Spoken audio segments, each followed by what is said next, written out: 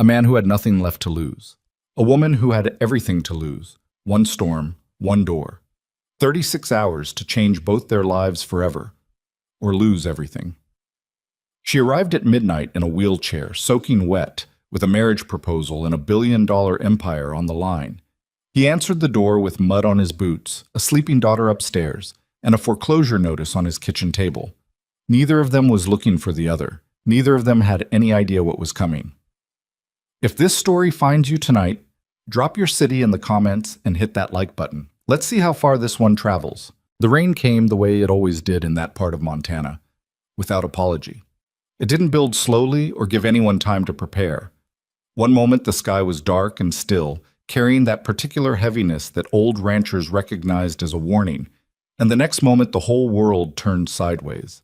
Water sheeted across the grassland in violent, horizontal waves.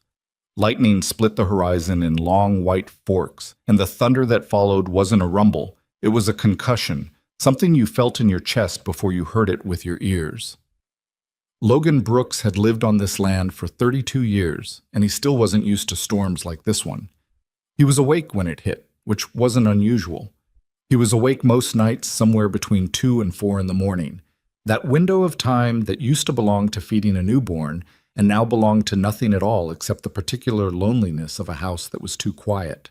He'd been sitting at the kitchen table with a cup of coffee. He'd stopped drinking 20 minutes ago, a stack of invoices spread out in front of him, and a yellow legal pad where he'd been trying, for the third night in a row, to make numbers work that simply refused to cooperate. The foreclosure notice was under the stack of invoices. He'd put it there deliberately so he didn't have to look at it while he worked, but he knew it was there the same way you always know where a bruise is, even when you're not touching it. $47,000. That was the number. That was the gap between where he was and where he needed to be, and it might as well have been $400,000 for all the difference it made. He'd already sold the second truck. He'd already cut 2 of his 3 ranch hands down to part-time. He'd already called the bank twice and spoken to a woman named Patricia who was professionally sympathetic in a way that meant absolutely nothing. The storm picked up, and Logan got up to check the window latches. That was when he heard the horn. It was faint under all that rain, buried under the sound of wind pressing hard against the north wall of the house and the rattle of the old aluminum gutters that he kept meaning to replace. But it was there. Short, insistent blasts. Not the continuous panic lean of someone who'd lost control, but the deliberate, purposeful sound of someone trying to communicate. Logan pulled on his barn coat and his boots without lacing them properly and pushed out the back door into the storm. The truck was at the end of his driveway, maybe 60 yards from the house, canted at a slight angle with its front passenger tire dropped into the drainage ditch that ran along the property line.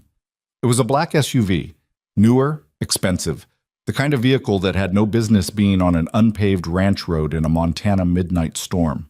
The headlights were still on, cutting twin yellow tunnels through the rain. He jogged down the driveway with his arm up against his face and pulled open the driver's door. The woman inside was not what he expected. He wasn't sure what he'd expected. A lost tourist, maybe, or someone who'd taken a wrong turn off the state highway. What he found instead was a woman who looked like she belonged in an office tower in some large city, not in a ditch in the middle of a Montana thunderstorm. Dark hair plastered flat against her face. A blazer that had been expensive before the rain got to it. Both hands gripping the steering wheel even though the car wasn't moving, the knuckles white and deliberate, like she was holding onto the wheel the same way a person holds on to something when they're trying not to show how frightened they are. She was in her early 30s. Her eyes, when she looked up at him, were gray. Not a soft gray, but a sharp pewter gray, the color of sky just before weather turned serious. "I need help," she said. Her voice was controlled, precise. The kind of voice that had probably spent years being controlled and precise in rooms full of people who were watching for weakness. But underneath it, just barely, there was something else, something ragged. "You're in my ditch," Logan said, which wasn't helpful, but it was accurate. "I'm aware of that." A pause, then quieter. "I can't get out on my own."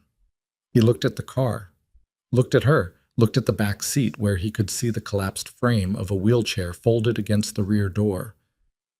"My chair's in the back," she said, watching his face. I need you to set it up for me. Logan had spent enough time around animals to know when something was genuinely hurt and trying not to show it. He stepped back, opened the rear door, and pulled the wheelchair out. It took him 45 seconds to figure out the mechanism. It was one of those lightweight manual frames with quick-release wheels. And then he wheeled it around to the driver's side and held it steady. What happened next he would think about later, after she was inside and dry and the storm was still going outside the windows.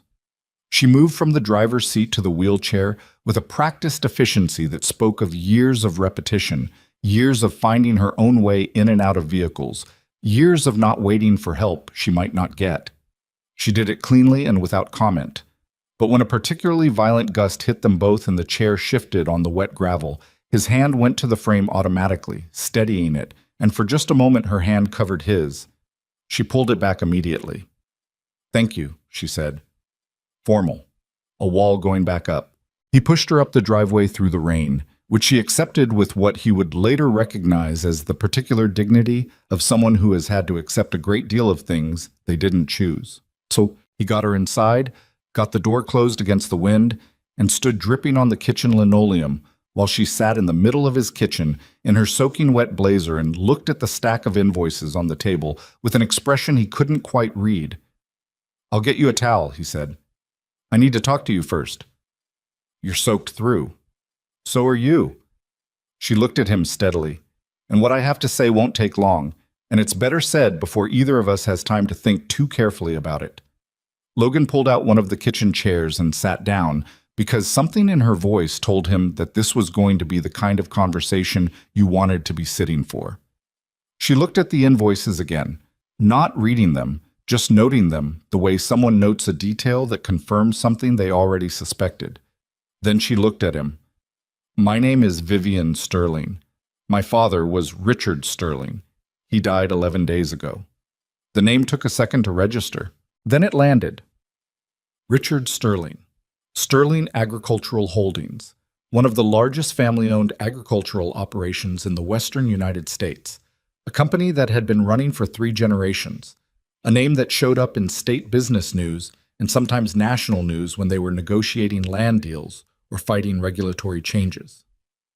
"I'm sorry for your loss," Logan said, because that was what you said, even when the conversation was heading somewhere else entirely. "Thank you." She said it like someone who had heard those words 40 times in the past 11 days and was running out of the ability to absorb them. "My father's will has a condition attached to my inheritance of the company, a condition that his attorneys spent the last week assuring me was unusual but entirely legal." She stopped, drew a breath. "In order to inherit controlling interest, I have to be married. Within 36 hours of the will's official reading, which took place yesterday morning at 9 a.m. The kitchen was quiet except for the storm and the refrigerator's hum. "That's," Logan started. "Archaic." "Yes." "Insulting." Also, yes. His reasoning, according to the letter he left with the attorneys, was that he believed the company needed a stable partnership at its head. He'd watched me run the company for 6 years as his deputy and then as acting CEO, and his one concern was that I'd made the business my entire life. She said it flatly, without self-pity, which somehow made it worse. He wasn't wrong about that part. But the condition, if I don't fulfill it, controlling interest passes to my older brother, Marcus. Something shifted in her face. Marcus wants to sell, not the business, the land. 400,000 acres of farmland that my great-grandfather homesteaded, that my grandfather built into a working operation, that my father spent his life protecting. Marcus wants to divide it and sell it to 3 different development companies who have already been in contact with him. He started making calls before my father's body was cold. Logan didn't say anything. He understood something about land that people who'd never worked it didn't understand. It wasn't just an asset. It wasn't just dirt. It was something closer to a living thing, and the idea of someone selling it off in pieces to people who would pave it was a particular kind of violence. "So you drove out here in a midnight storm," he said slowly, "to find someone to marry you." "I've been driving for 3 hours," she said. "I had a list. My attorney gave me a list of individuals in the region who might be in circumstances where a financial arrangement would be viable." She paused. You were the third name I stopped at. That stung slightly, in a way he didn't examine too closely. What happened to the first two? The first one had a girlfriend who answered the door and was, understandably, not receptive. The second one had been in a severe accident 6 months ago and is in no condition to enter any kind of legal arrangement. She looked at him straight. I want to be honest with you. I'm not going to pretend this is anything other than what it is. I need a legal marriage to satisfy the terms of the will. You're facing a foreclosure notice. I can see it under that stack of papers. It has the bank's letterhead. I recognize the format. Logan didn't reach for the stack. You're very direct. I don't have time to be anything else. He stood up and went to the window. Outside, the storm was still going, and his barn was a dim shape through all that water, and somewhere in the dark his cattle were bunched against the windbreaks he'd built them, probably miserable, and his daughter was upstairs in her bed with her stuffed rabbit and her lucky stone, and no idea that any of this was happening. Emma, 6 years old, asleep. The whole reason any of this, the ranch, the invoices, the grinding daily effort of keeping a failing operation alive, the whole reason it mattered at all. What are the terms? He said, without turning around. He could hear her in the chair behind him, the small adjustment of weight that people make when they're thinking about how to say something carefully. 1 year, she said. Legally married for 1 year, which is sufficient to satisfy the will's conditions under Montana law. During that time, I would need us to present as a genuine couple in any situation where the marriage might be challenged, and it will be challenged. Marcus will try to have it voided. That means we'd need to share a residence. A pause. Your residence, ideally, it's within reasonable distance of the Billings office where I need to be several days a week, and a working ranch provides a credible context for the arrangement. You'd live here? Yes. He turned around. I have a 6-year-old daughter. I know. I read your file. She held his gaze. I'm not asking to be her mother or to disrupt her life. I understand what a child needs from stability, and I understand that my presence here would require adjustments. But I also want you to know that I would not be a careless presence in her life. I don't do anything carelessly. Looking at her, at the way she sat straight in that chair even after 3 hours of driving and a ditch and a storm, the way her voice didn't waver even when it was carrying something heavy, he believed her. Money, he said. You mentioned a financial arrangement. I'll satisfy the outstanding balance on your mortgage, the full amount. Additionally, I'll bring a monthly contribution sufficient to cover operating costs while the ranch returns to profitability. And my first project, if you agree, will be a financial analysis of your operation. She looked at the invoices again. Because whatever is bleeding this place, it's something fixable. Good land doesn't fail like this without a specific cause. Logan sat back down. He put both hands flat on the table and looked at them. Calloused, scarred across the knuckles from a fence repair that had gone badly in February. The hands of someone who hadn't stopped working even when working felt pointless. Claire had been dead for 4 years. 4 years of doing this alone. 4 years of Emma asking questions he didn't have good answers to and going to parent nights at school by himself and waking up at 2 a.m. to do math that never worked out. If this goes wrong, he said, if your brother challenges it and wins, what happens to you? I lose the company, she said simply. The land gets sold. Everything my family built gets dismantled. And if I agree and then decide I want out early? The contract would have a mutual exit clause with a 90-day notice period. Neither of us would be trapped. She said it steadily. I'm not asking you to give me your life, Mr. Brooks. I'm asking you to give me a year. Outside, lightning hit somewhere close. The kitchen lit up white for a half second, and they both went still. And then the thunder came rolling through the house like something enormous turning over. Logan looked at the invoices. He looked at the foreclosure notice he could see just barely under the edge of the stack. He thought about Emma upstairs, about the way she'd asked him last week, without understanding what she was asking, whether they were going to have to move.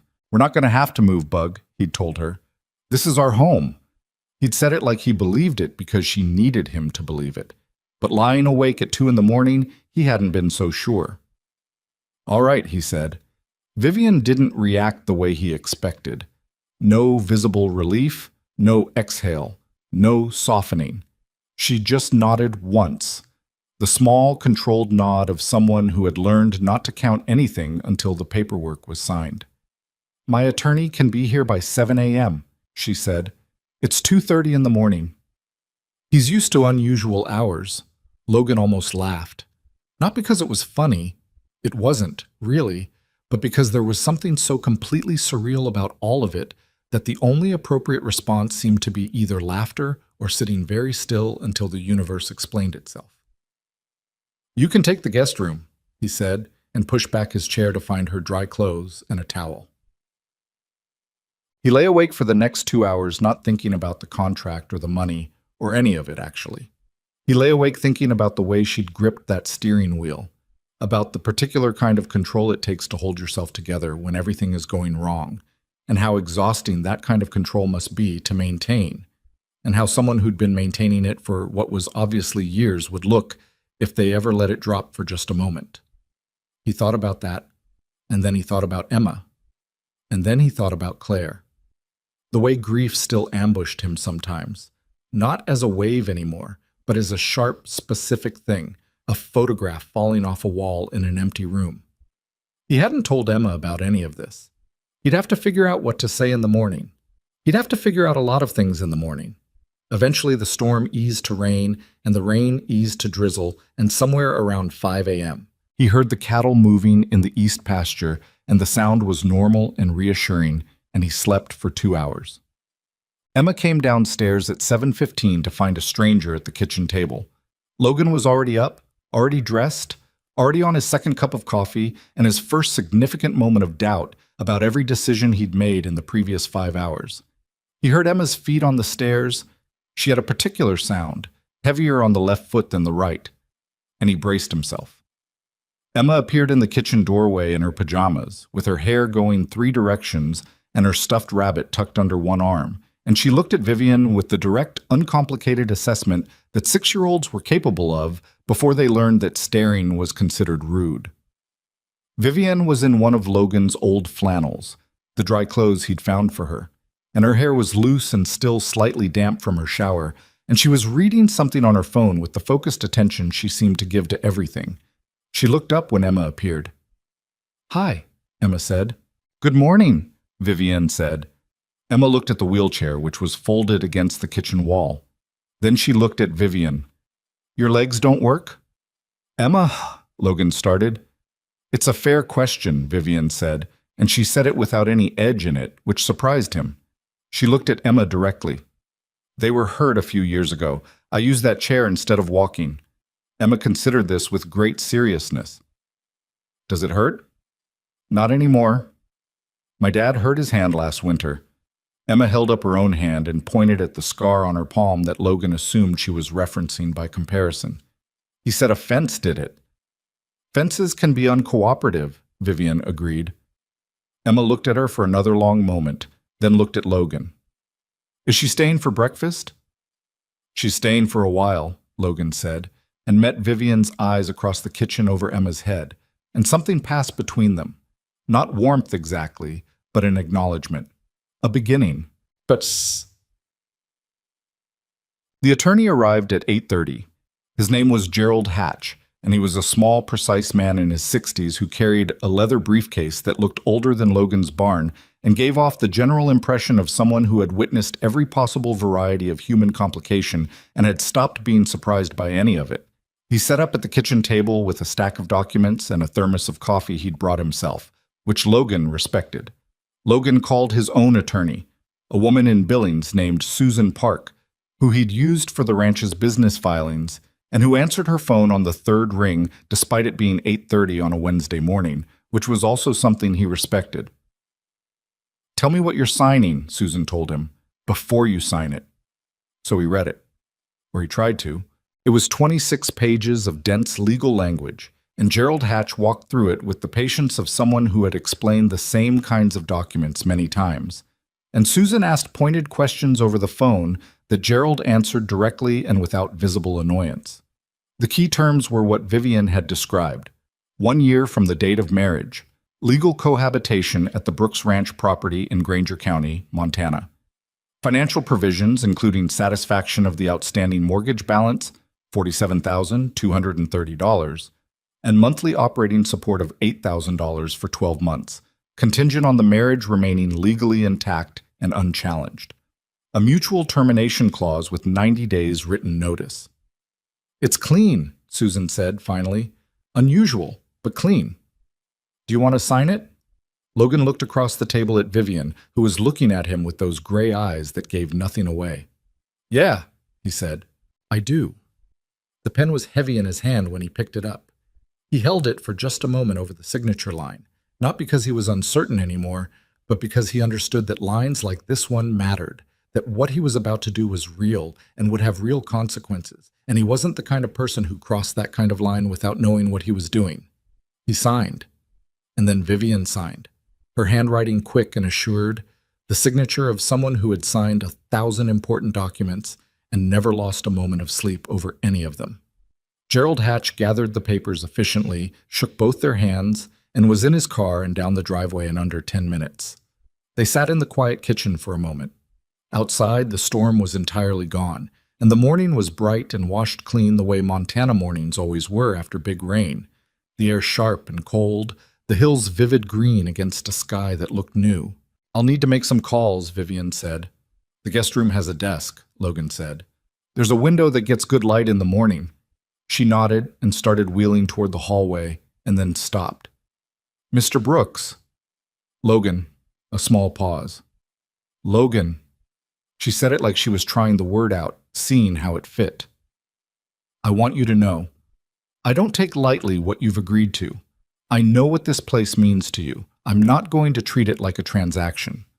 He looked at her for a moment, and something in her voice, the careful, controlled voice that had been holding itself together since 2:30 in the morning, had a small crack in it. Not much, barely enough to notice, but it was there. "Neither will I," he said. She nodded once more and went down the hall. Logan stood at the kitchen window with his cold coffee and watched the sun coming up properly over the east pasture, the cattle moving slowly in the morning light, the grass wet and bright. He thought about what he'd just done. He thought about the foreclosure notice, which he took out from under the invoices and folded and put in a kitchen drawer because it didn't need to be on the table anymore.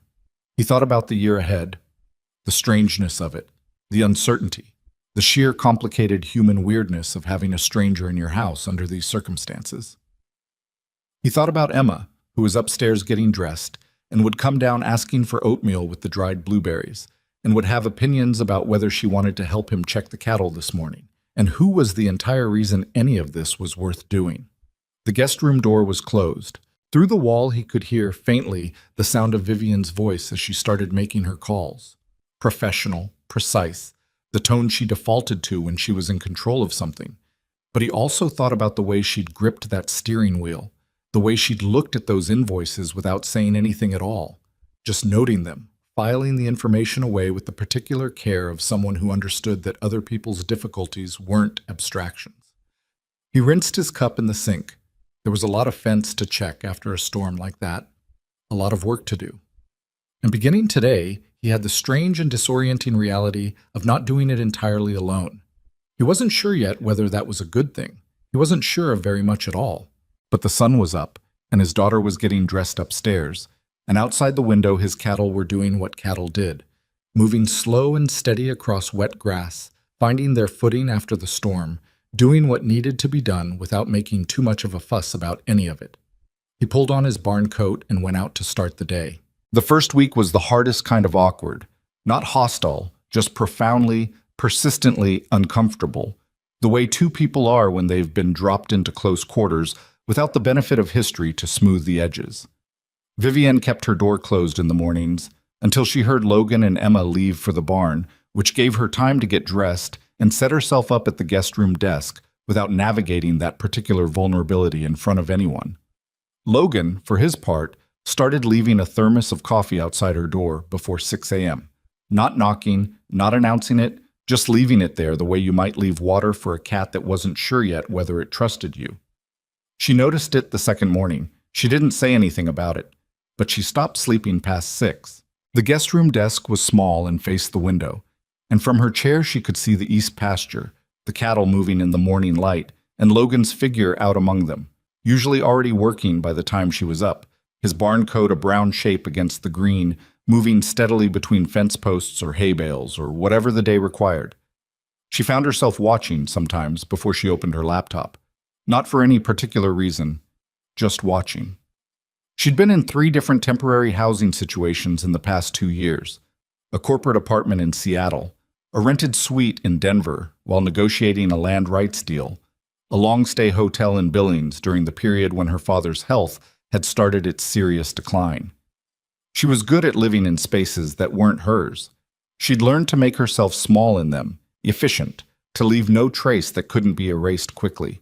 This was different, and she wasn't sure yet what to do with the difference. The ranch house was full of evidence of people living in it. Emma's drawings were taped to the refrigerator in overlapping layers, the oldest ones yellowing slightly at the corners. There were boots in 3 different sizes lined up by the back door. The kitchen table had a scratch down the middle that looked like it had been made by something heavy being dragged across it a long time ago, and nobody had ever fixed it, and somehow that felt important. Books were stacked on the windowsill in the living room without any apparent organizational principle. A ranching manual on top of a mystery novel, on top of what looked like a children's picture book that someone had been reading recently and hadn't put away. It was a house where people actually lived. Vivian had grown up in a house where people demonstrated that they lived, which was not the same thing. By the 4th day, she'd identified 3 specific financial problems with the ranch's operation. She hadn't planned to get into it that quickly. She'd told herself she would wait, get her bearings, let the situation settle before she started treating Logan's livelihood like a business she'd been hired to fix. But the invoices had been right there on the table that first morning, and she had the kind of brain that couldn't look at a financial problem without starting to pull at the loose threads. And by day 2, she'd asked Logan carefully whether she could look at the books. He'd paused long enough to make her think he was going to say no. "They're not pretty," he said. "I'm not looking for pretty. I'm looking for where the leaks are." He'd pulled a battered accordion folder out of the filing cabinet in the hallway and set it on the desk in her room, and she'd gone through everything over the next 2 days with the focused attention she gave to any project that actually mattered. The first problem was his feed supplier. He'd been locked into a 3-year contract with a company out of Billings that had renegotiated their pricing 18 months ago, bumping his per-ton cost up by 14% on a signature he'd given during a period. She checked the dates against his personal records and did the math. That corresponded almost exactly with the first anniversary of his wife's death. He'd signed without comparing market rates. She couldn't hold that against him. People didn't always have the capacity to negotiate hard during certain kinds of grief. The second problem was his equipment maintenance arrangement, which was being handled by a company that charged premium rates for work that could be done locally for 40% less. The third problem was subtler and took her longer to find. His cattle were being sold at the regional auction at suboptimal timing, not because he didn't understand cattle markets, because he clearly did, but because he was operating alone and the logistics of optimal timing required coordination he didn't currently have. She wrote it all out in a clear summary document and then sat with it for a day before deciding how to give it to him. The information was good. The delivery mattered. She'd learned that early in her career, the truth was only as useful as the relationship it was delivered inside. And the relationship she had with Logan Brooks was currently in the category of fragile and undefined. She found him in the barn on the 5th evening, checking one of the heifers that had been off her feed. "Can I talk to you about the books?" she asked from the barn doorway. He looked up from where he was crouched beside the animal. "Give me 10 minutes." She waited outside in the last of the evening light, watching the hills go gold and then amber, and then the deep rust color that Montana evenings were capable of in late spring. When Logan came out, he was wiping his hands on a rag, and he had that particular expression he sometimes had, not closed exactly, but braced, the expression of someone who was used to conversations that brought bad news. "The heifer okay?" she asked, because that was the more pressing thing. Something in his face relaxed slightly. "Yeah, just a bit of something. She'll be fine." "Good." Vivian held out the summary document. "I found 3 specific issues. None of them are catastrophic on their own, but together they've been bleeding the operation at a rate that explains most of your current shortfall." He took the document. "Read it standing. one hand still holding the rag, the evening light falling across the page. She watched his face and saw the moment he found the feed contract, a slight tightening around his eyes, something working behind them. "I signed that in October," he said, 2 years ago. "I know when you signed it." He looked up. "So you know why I wasn't paying attention." "I know the date corresponded with a difficult time. I'm not including that in my analysis." She held his gaze. "The contract has an exit clause at the 3-year mark, which is in 4 months. I've already called 3 alternative suppliers and gotten quotes. The best one is 17% under your current rate and comes with a 2-year price lock." Logan looked at the document again. Then he looked at her with an expression she hadn't seen from him before. Not quite surprised, but something more complicated than that. Something that looked maybe like the beginning of relief. "You made calls," he said. "I had time. You didn't have to do that." "I know." She took the document back because she wasn't sure he was ready to hold on to it yet, and she had learned that timing mattered. "I'll leave the analysis on the desk. Look at it when you want to. I'm not going to push you on any of this. It's your operation and your decisions. I can give you information, and I can tell you what I'd recommend, but that's as far as it goes." He was quiet for a moment. The barn swallows were moving overhead, their quick shadows crossing the yard. "The equipment thing," he said finally. "I knew that contract wasn't great. But Hector, the guy who runs the company, his kid was in Emma's preschool class. His wife left 2 years back. It felt wrong to just—" "You were keeping business local because you thought he needed the work," Vivian said. "I guess that's one way to put it. It's a reasonable thing to care about." She paused. "It's also a way to let someone else's situation cost you $1,700 a year. Both those things can be true." Logan almost smiled. It wasn't quite a smile, more the shape of one, the beginning of it. But it changed his face in a way she noticed and immediately filed under the category of things she wasn't going to examine too carefully. "I'll look at the analysis tonight," he said. "Take your time." She started back toward the house, and he fell into step beside her. Or rather, he walked alongside her at the pace she set, which was something she noticed because most people either rushed ahead unconsciously or slowed down in the exaggerated, performative way that always made her want to move faster. He just walked beside her, at her pace, without making a thing of it. She didn't say anything about that either. Emma was the variable she hadn't fully accounted for. This was a professional failing, and Vivian recognized it as such. She'd thought about Emma in the abstract, the impact on a child's routine, the need for stability, the importance of not disrupting the household's existing dynamic. She'd thought about those things in the way you think about logistics.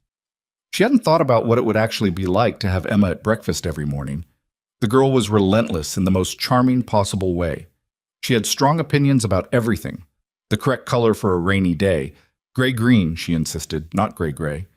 The definitive hierarchy of breakfast foods. Oatmeal with dried blueberries at the top, plain toast at the bottom, everything else negotiable. The precise moral character of every animal on the ranch, the old border collie mix Hatch, was good. One of the barn cats was described as shifty and not to be trusted with important tasks. She also asked questions without any social filter whatsoever. "Do you have a mom?" Emma asked on day 3, with the directness that apparently characterized all of her significant conversations. "She passed away when I was young," Vivian said. Emma processed this. "My mom, too." A pause, stirring her oatmeal. "Do you miss her?" Vivian looked at the girl across the kitchen table, at the serious, uncomplicated face that was waiting for an honest answer without any idea that the question was complicated. "Yes," Vivian said, "less than I used to. It changes." Emma nodded, like this confirmed something she'd already worked out for herself. "Dad says grief is like a splinter. At first it hurts everywhere, but if you leave it alone long enough, your body figures out how to grow around it." She looked up. "I don't totally understand that, but I think it means you stop crying eventually." Vivian didn't have a response to that for a moment. "Your dad is pretty smart," she said finally. Emma appeared to weigh this. "He's smart about some things. He's bad at French toast. He burns the edges every time." She pointed her spoon at the stove with the gravity of someone delivering a formal critique. You have to watch the heat. He never watches the heat. I'll keep that in mind. The following Saturday morning, Vivian made French toast. Not because she was trying to win points with anyone. She cooked when she needed to eat, and she knew how to cook reasonably well, which was different from enjoying it. But because Emma had mentioned it twice more in the intervening days, and because the pantry had eggs and bread, and the morning was cold, and it seemed like the right choice. Emma watched the entire process with her chin resting on her hands, and her eyes moving between the pan and Vivian with the focused attention of a culinary judge. "You're watching the heat," Emma observed approvingly. "I am." "Dad doesn't do that." "You've mentioned." Logan came in from outside, smelled the French toast, and stopped in the kitchen doorway with an expression that was equal parts surprise and something she'd started to recognize as the particular look of a man who was continuously encountering evidence that his situation had changed in ways he hadn't fully mapped yet. "You cook," he said. "On occasion." She slid the first batch onto a plate and handed it across the counter. "Emma has been extensively critical of your version, so I wanted to see what the standard was." "It's much better," Emma said, immediately and without mercy. Yeah, okay," Logan said. He sat down. He ate the French toast. He looked at Emma, who was explaining to Vivian about the difference between the two barn cats in terms of their respective personalities and working styles. And his face did that thing it sometimes did when he thought no one was watching him, something complicated and quiet that she didn't know quite how to read. Not happiness exactly, or not just happiness. More like someone who had been carrying something heavy for a long time, noticing, with some surprise, that the weight had shifted. She was watching him watching Emma when he caught her eye. She looked back at her plate. He modified the house in small ways. She would have preferred he ask, which he didn't. He just made changes, and she discovered them. And by the time she discovered them, they were already done and already useful, and the window for objecting had passed before she'd had the chance to construct a good objection. A wooden ramp appeared over the back door's threshold between day 2 and day 3.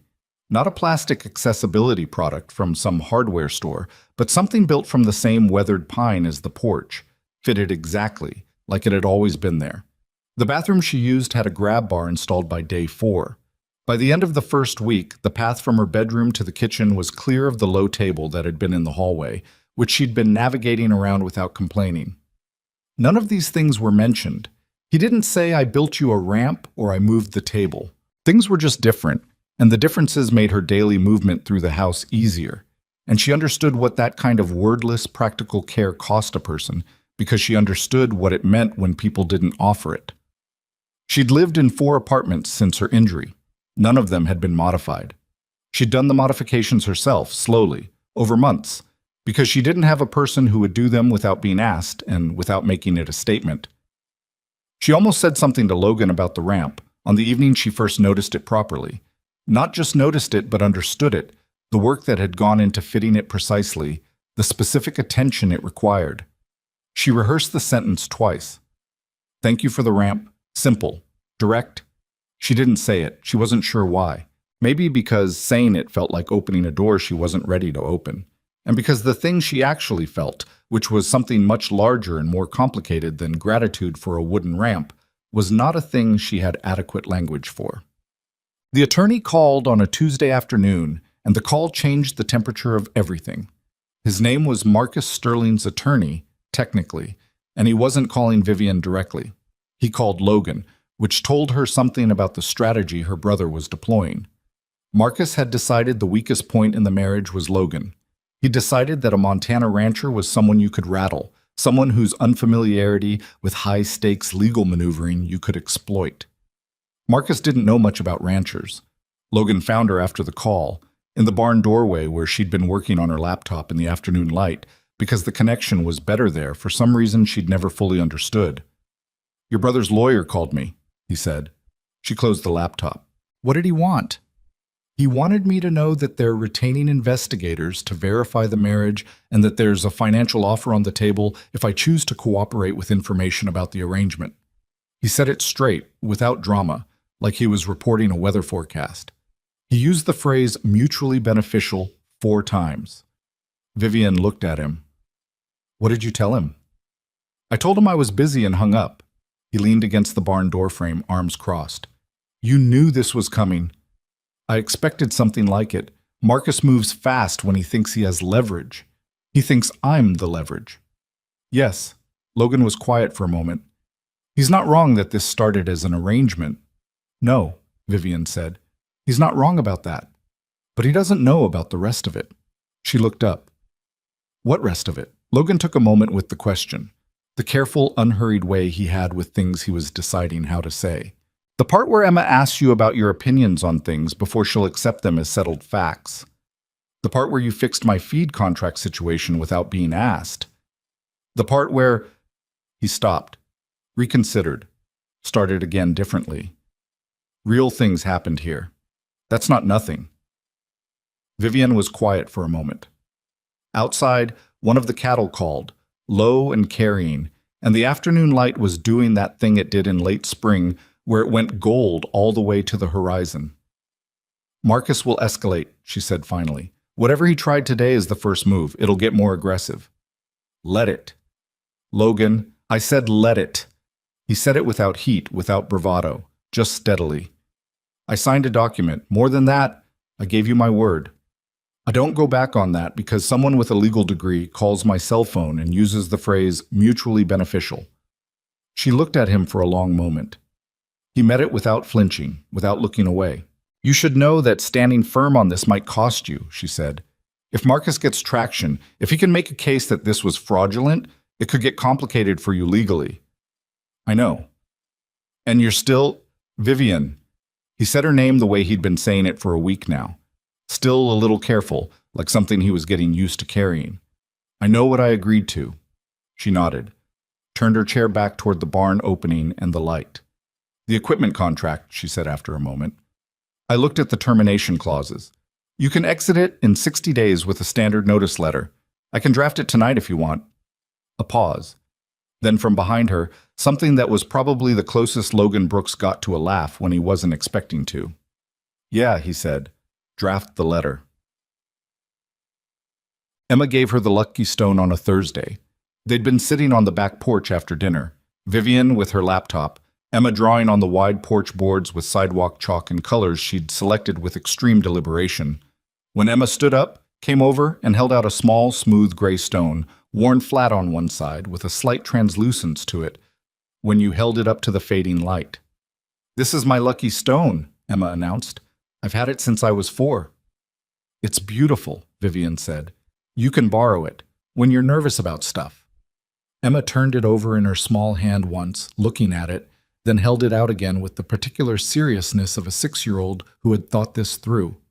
I lend it to Dad sometimes when he has to do hard things, like calling the bank.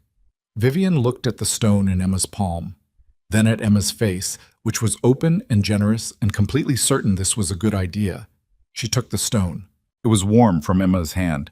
She held it for a moment, feeling the smooth weight of it. Thank you, she said, and this time the words came easily, without rehearsal, because the thing she felt was simple enough to say directly. I'll take good care of it. Emma seemed satisfied. She went back to her chalk drawing, which appeared to be a complicated landscape involving horses, and what might have been the ranch house, and several figures of ambiguous identity. Vivian closed her laptop and sat in the fading light with the stone in her hand, and she wasn't thinking about the board hearing, or her brother's lawyers, or the quarterly report she'd been revising all afternoon. She was thinking about how a 6-year-old had looked at her and decided she was someone who needed luck and deserved to have it. She was thinking about how long it had been since anyone had looked at her that way. Inside, she could hear Logan doing the dishes, the particular sound of water running and dishes being stacked, domestic and quiet, the sound of someone moving through an evening in their own house, a sound she'd been hearing for almost 2 weeks now, and that had gone from foreign to familiar in a way she hadn't fully noticed until just now. She sat on the porch until the light was gone, and the first stars came up sharp and close the way they only did this far from any city. And she held Emma's stone, and she didn't go inside until she was ready to. And for the first time in a very long time, ready didn't take as long as she expected. The investigators showed up on a Wednesday. Vivian saw them first. A gray sedan parked at the end of the driveway with 2 men inside who weren't doing a convincing job of looking like they weren't watching the property. She'd noticed it at 7:15 in the morning. From her window, while the coffee Logan had left outside her door was still warm in her hands. She watched them for a few minutes without reacting, the way you watch weather moving in from the north, noting it, calculating it, deciding what it meant. She didn't tell Logan immediately. She finished her coffee, opened her laptop, sent 3 emails, and then went to find him in the barn where he was doing the morning feeding. "We have company," she said from the doorway. "Gray sedan, 2 men. End of the driveway. They've been there since before 7. Logan set down the feed bucket. He didn't look toward the driveway. He looked at her face instead, reading it. "Marcus?" "Has to be." His attorney mentioned investigators. She kept her voice level. "They're not doing anything illegal by sitting on a public road, but they'll be looking for anything they can photograph or document that supports a fraud argument. Who comes and goes, how we move through the house, whether we look like people who actually live together." "We do actually live together." "Yes, but we need to look like it from the outside too." She said it matter-of-factly, without embarrassment, because the situation required practicality, and she was good at practicality. "That means no separate routines that could be documented, no arriving at the house from different directions at night. They'll try to show we maintain separate lives under one roof." Logan picked up the feed bucket again and was quiet for a moment. "Okay. Okay. Okay, we adjust." He moved past her toward the cattle. "It's not that complicated." She watched him go. It occurred to her that this was one of the things she was still learning about him, that he didn't catastrophize. He encountered a problem, figured out what it required, and adjusted. There was no drama in it, no performance of being burdened. He just kept moving. She found it alternately reassuring and slightly maddening because she was wired to run the analysis on every possible outcome, and he seemed to operate on the theory that most problems could be handled when you actually got to them. The sedan was there for 4 days. Then it was gone for 2 days. Then a different car appeared, a dark blue one, parked further down the road.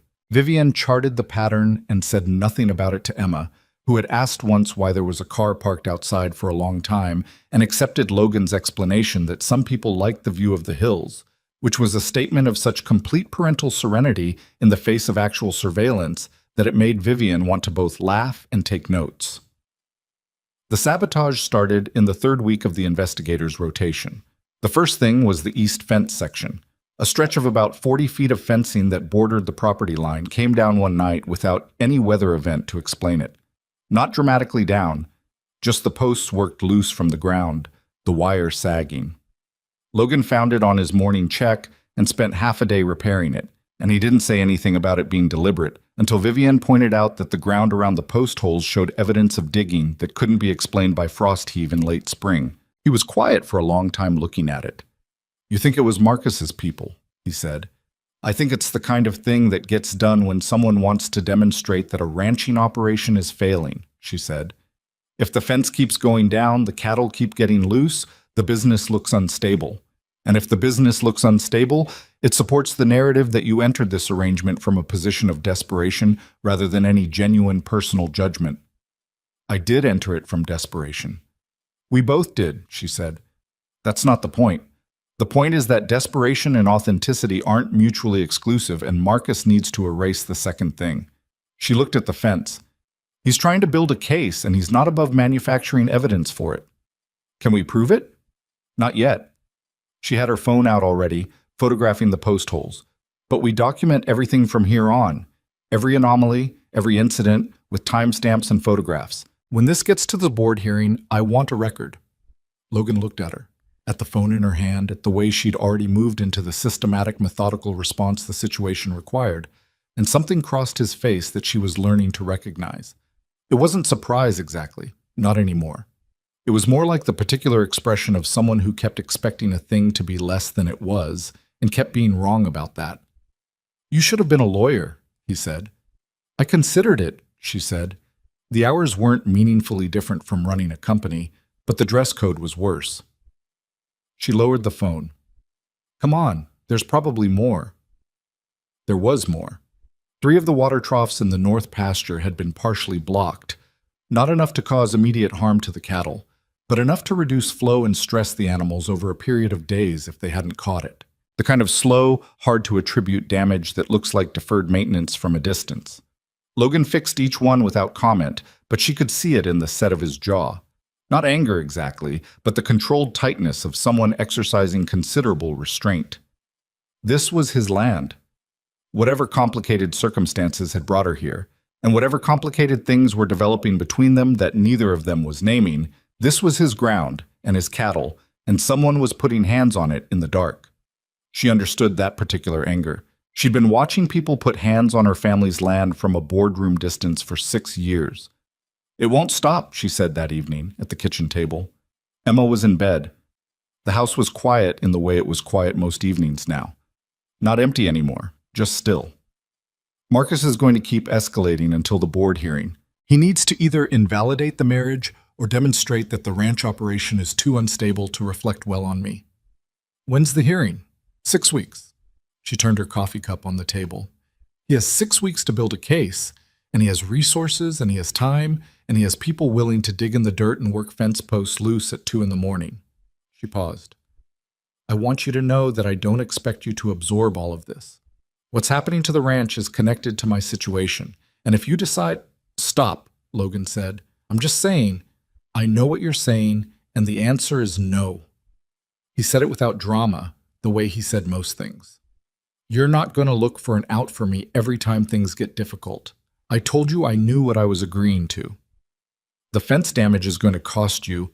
I know what it's going to cost me." A pause. He turned his own cup. "I've been losing money on this place for 3 years, Vivian. The fence is nothing." She looked at him across the table. He looked back. In the low light of the kitchen, the overhead lamp casting that particular warm yellow light that old farmhouses always had, the kind of light that made everything look like something worth holding on to. She thought about how much she'd underestimated him the night she drove down his driveway with a proposal and a deadline.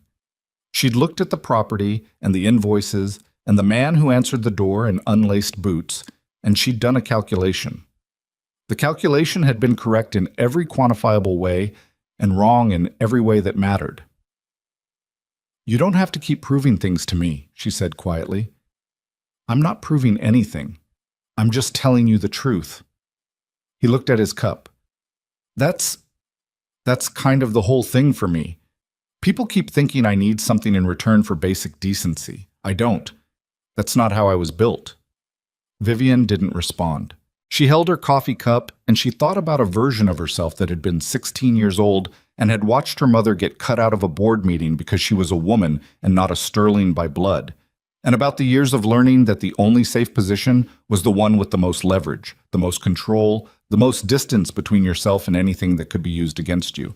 She thought about how long she'd been operating that way, and what it had cost her, and how it hadn't even felt like a cost until right now. "Okay," she said. "Okay," he said back. They finished their coffee and went to bed, and it was not a dramatic moment, and nothing was resolved, and the investigators were probably still rotating cars on the road outside. But something had shifted, quiet and small, the way things shift in the dark when nobody's performing for anyone. The second storm arrived on a Saturday night, 3.5 weeks after Vivian had come through the first one. This one was slower than the first. It had been building all day, the sky doing that particular flat gray thing that old ranchers read as a serious sign. The pressure dropping in the way Logan could feel in his sinuses and in the way the cattle were moving, bunching tighter than usual, the particular restlessness of animals that knew something was coming before the instruments confirmed it. He got Emma inside by 7 and started on the pre-storm check.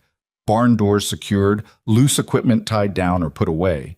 The drainage situation on the north side of the property examined and cleared of anything that might dam up and flood the lower pasture. Vivian was at the kitchen table with her laptop doing whatever she did on Saturday evenings, which usually involved 3 or 4 phone calls interspersed with typing, and he'd kissed the top of Emma's head at bedtime and left the nightlight on and told her the storm would probably wake her up, and that was okay. Storms were just noise.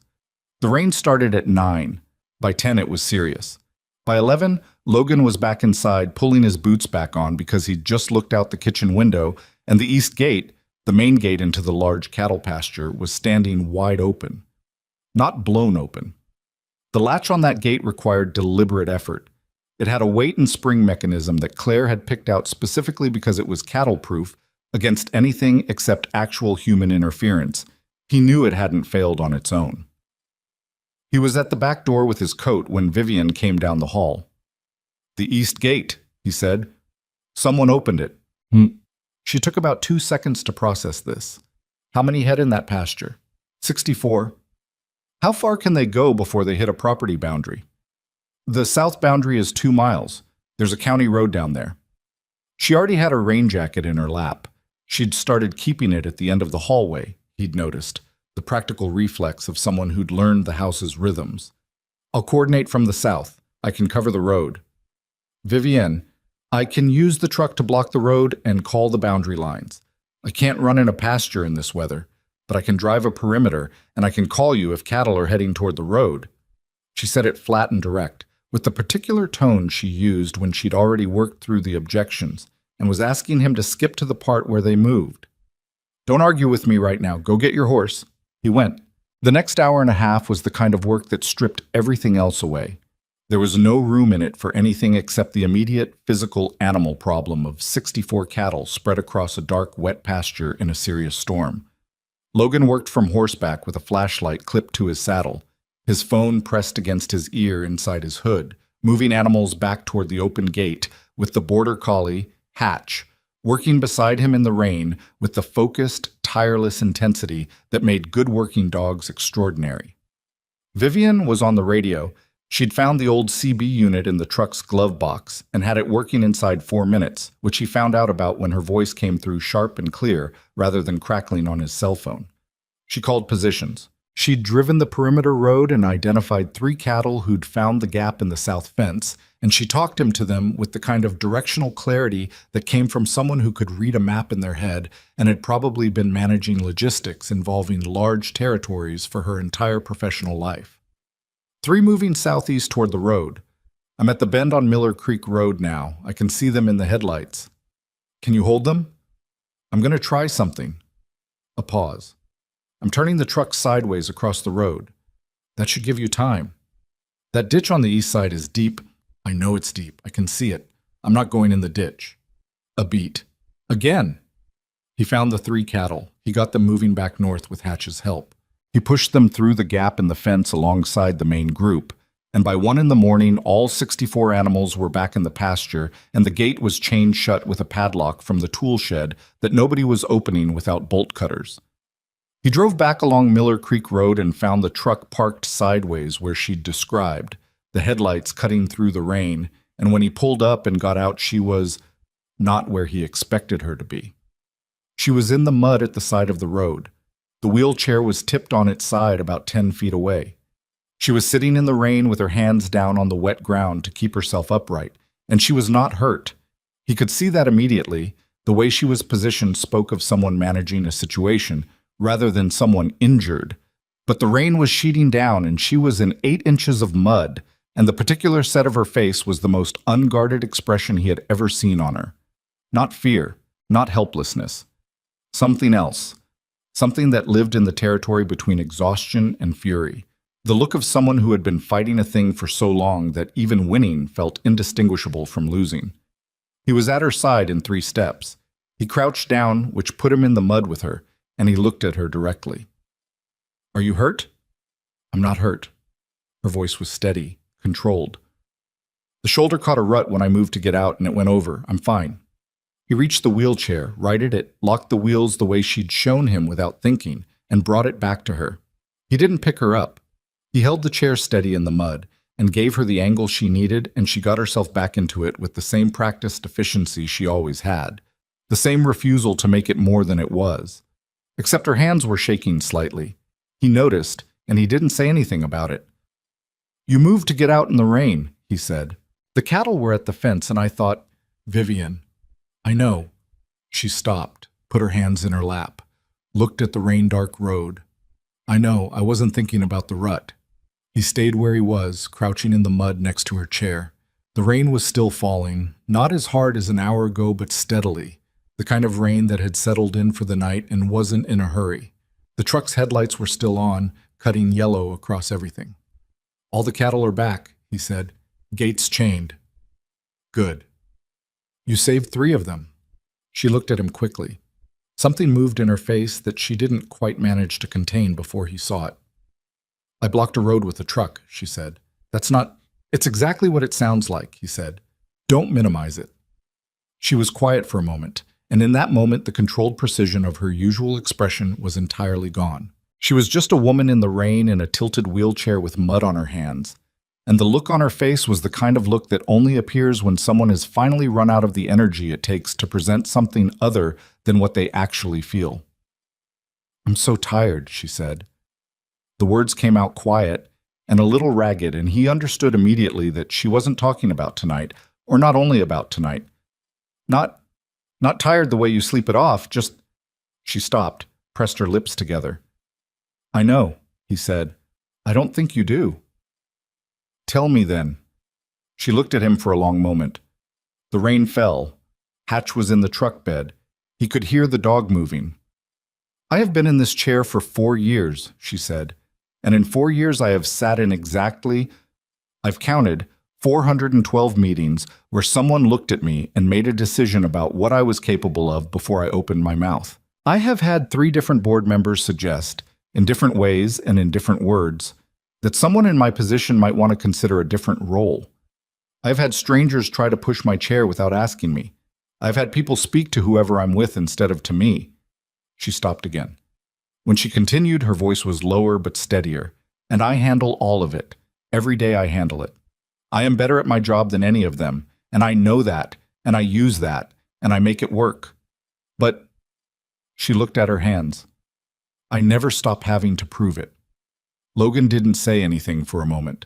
He was looking at her face, at the particular dignity of someone who had just said a true thing out loud to another person for possibly the first time. You don't have to prove it here, he said. She looked up. I've been watching you for a month, he said. I've watched you fix a financial problem in 4 days that I'd been bleeding over for 3 years. I've watched you call positions in a dark pasture in the middle of a storm through a CB radio you found in a glove box that I'd forgotten was there. I've watched my daughter give you her lucky stone because she decided you deserved it, and Emma doesn't give that to people she's not sure about. He held her gaze. I've never seen you in a wheelchair first. That's not how you enter a room. You enter a room like you already own the outcome. Vivian looked at him for a long time. Something in her face did a complicated, slow thing, like a lock being worked from the inside. That's the nicest thing anyone has said to me in a very long time, she said. It's just accurate. Stop. A sound came from her. It was almost a laugh, not quite, something that lived very close to both laughter and tears without being either one. I'm already sitting in the mud. Don't make it worse. He almost laughed too. He stood up, steadied her chair, and offered her his hand. She took it, not because she needed it to move, but because it was offered, and she took it, and they stayed like that for a moment in the rain. Come on, he said. There's coffee and there's a dry house. Is there French toast? It's 1:30 in the morning. That's not an answer. He held on to her hand all the way back to the truck, which was not something either of them noted aloud or made a statement of. It just was.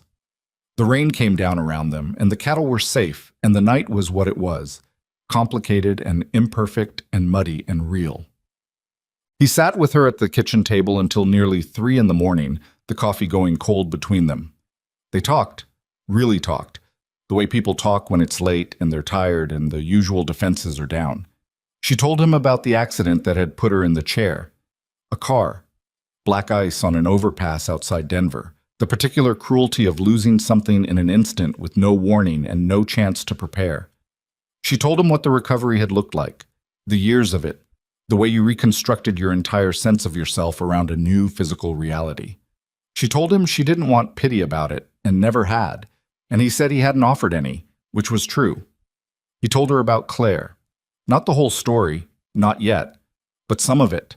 The pneumonia that had come on fast and moved faster. The way Emma had been only 2 years old and wouldn't remember, and how he wasn't sure yet whether that was a mercy or its own kind of loss. He told her about the 2 years after where he'd functioned, but not really, going through motions until one morning Emma had woken up and asked him why they never laughed anymore, and he'd realized she was right. She asked you that? Vivian said. 3 years old, he said, clear as anything. Vivian looked at the table. She's extraordinary. I know. Something in his voice when he said it. She scares me sometimes. I'm her father. I'm afraid of everything that could ever happen to her. But I also mean she scares me because she sees things. She looks at you and she sees what's actually there. She saw me, Vivian said quietly. Yeah. A long pause. She was right, Logan said. To give you the stone. Vivian had her hand wrapped around the coffee cup, and she turned it once on the table, and she didn't look up right away. I know, she said, and this time, unlike every other time she'd said those words to him, it didn't sound like a closing. It sounded like something opening. Outside, the rain had finally stopped. The night was completely still, the particular silence after a storm when everything has been washed clean and the world is waiting to see what it looks like in the morning. Hatch had come inside and was asleep on his mat near the back door, one paw twitching. They sat there, in the kitchen, and neither of them moved to go to bed for a while. There was no dramatic declaration, no sudden crossing of the space between them. Just two people sitting across from each other in the middle of the night, with something understood between them that hadn't been there before, something they'd both arrived at through mud and rain and cattle and honesty, which turned out to be a better route to anything true than most of the routes either of them had tried before. The board hearing was scheduled for a Thursday, which gave them 6 days after the storm to prepare. Vivian spent those 6 days working in a way that Logan hadn't seen from her before. Not the focused, methodical pace she applied to the ranch finances or the quarterly reports she'd been managing remotely, but something more compressed, more urgent, the particular intensity of someone who understood exactly what was at stake and refused to let it be decided by anything other than the best possible version of the truth. She set up a second workspace in the living room because the guest room desk wasn't large enough anymore. Case files, board documentation going back 8 years, financial records, correspondence between her father and the company's attorneys, printed transcripts of phone calls her brother's legal team had already submitted as evidence. She arranged it all on the coffee table and the side table, and eventually a folding table Logan hauled in from the barn, and she moved between it all with the quiet, exhausted focus of someone building something under a deadline. Logan brought her coffee she sometimes forgot to drink, and sandwiches she sometimes forgot to eat. And he didn't comment on the state of the living room or ask her how it was going because he could see exactly how it was going by the lines around her eyes, which were getting deeper each day, and by the way she'd started keeping Emma's lucky stone on the table beside her laptop, touching it occasionally without seeming to notice she was doing it. On the Tuesday evening before the hearing, she found the letter. It was in the case files her attorney had forwarded, a bundle of documents subpoenaed from Sterling Agricultural's corporate records, going back to the period just before her father's death. Most of it was what she'd expected: board communications, legal correspondence, the draft versions of the will's conditions that showed how carefully her father had constructed the inheritance clause. She'd already read most of it, but tucked inside a folder of her father's personal correspondence was a letter she hadn't seen before, handwritten, her father's handwriting, which she recognized immediately. The precise, slightly cramped script of a man who had grown up using a fountain pen and never entirely trusted the keyboard. It was addressed to her. She sat in the living room at 10:30 at night with the letter in her hands, and she read it twice without moving. Then she set it face down on the table and sat very still for a moment. Logan was in the kitchen. She could hear him. She could have stayed quiet, processed it privately, folded it back into the file. That was her default, had been her default for 20 years. Handle things internally. Show the result, not the process. Logan, she said. He appeared in the kitchen doorway. She picked up the letter and held it out without looking at it. Can you read this? It wasn't a question, quite. He came into the living room, took the letter, and read it standing there with his socks on the old hardwood floor. She watched his face while he read it. He went through it carefully, the way he went through everything she gave him, thoroughly, without skimming. He set it on the table when he was done. He looked at her. He knew you'd need someone, Logan said. He knew I'd never choose someone. She said it without bitterness, but without softness either. Not in time. Not while I was still trying to prove I didn't need anyone. She looked at the letter. He wrote this 3 weeks before he died. He knew what the condition in the will would cost me. He knew I'd be furious. He did it anyway. Because he thought it would work. Because he thought it would force me to let someone in. She paused. He wrote that he'd watched me build walls so efficiently that he'd stopped being able to see me behind them. That the company had everything it needed except a leader who could trust someone enough to stand beside them. She stopped. He wasn't wrong. Logan sat down in the armchair across from her. He leaned forward with his forearms on his knees, the posture he took when he was thinking rather than talking. "Are you going to use this in the hearing?" he asked. "I don't know yet." She turned the letter over. "It's personal. It was intended for me, not a boardroom." A long pause. "But it's also evidence of intent. It shows that my father's condition wasn't arbitrary, that it came from a specific concern about specific qualities he believed I needed to demonstrate, which is different from Marcus's argument that the condition was a procedural technicality I gamed. There's a difference," Logan said, "between using the truth and being used by it." She looked at him. "If you use that letter," he said, "it has to be because it's the right thing to use, not because it wins an argument." He picked up his coffee cup from the floor beside the chair. "You know the difference." She did know the difference. That was the thing about Logan. He had an unnerving habit of saying precise and inconvenient things with complete calm and then leaving her alone to work out what to do with them. "I'll decide in the morning," she said. "Okay." He stood. "You should sleep." "I'll sleep when this is done." He looked at her for a moment. The same look she'd seen from him on the road the night of the storm, the one that didn't try to fix anything, just saw it. "The files will still be here tomorrow," he said, "and you'll read them better when you're not running on 5 hours." "I'm fine." "You're not fine. You're functional, which is different." He said it without an edge. "There's a version of you that's rested, that's going to walk into that boardroom Thursday and be better than anything you're building right now on empty." Vivian looked at him, at the letter on the table, at the stacks of files and the cold coffee and the lucky stone sitting in the middle of it all. "You sound like my father," she said, finally. "I'll take that." She went to bed. She didn't sleep well, but she slept. Bichette. Marcus Sterling was already in the building when they arrived Thursday morning. Vivian had known he would be. Marcus understood the value of territory. He'd spent 30 years watching their father use it in negotiations, the way arriving first and taking the right seat in a room could shift the psychology before anyone had spoken a word. He would have been in the Sterling Agricultural Boardroom on the 14th floor of the Billings office tower for at least an hour before the hearing was scheduled, and he would have arranged himself and his legal team and his documents to convey the specific impression of a man who was already in control of something. She'd been in enough rooms with Marcus to know exactly how this worked. What Marcus hadn't planned for was Logan. She hadn't fully explained this to Logan beforehand, not because she'd withheld it deliberately, but because it was one of those things she'd learned about board dynamics that she'd internalized so completely it didn't register as something that needed to be explained.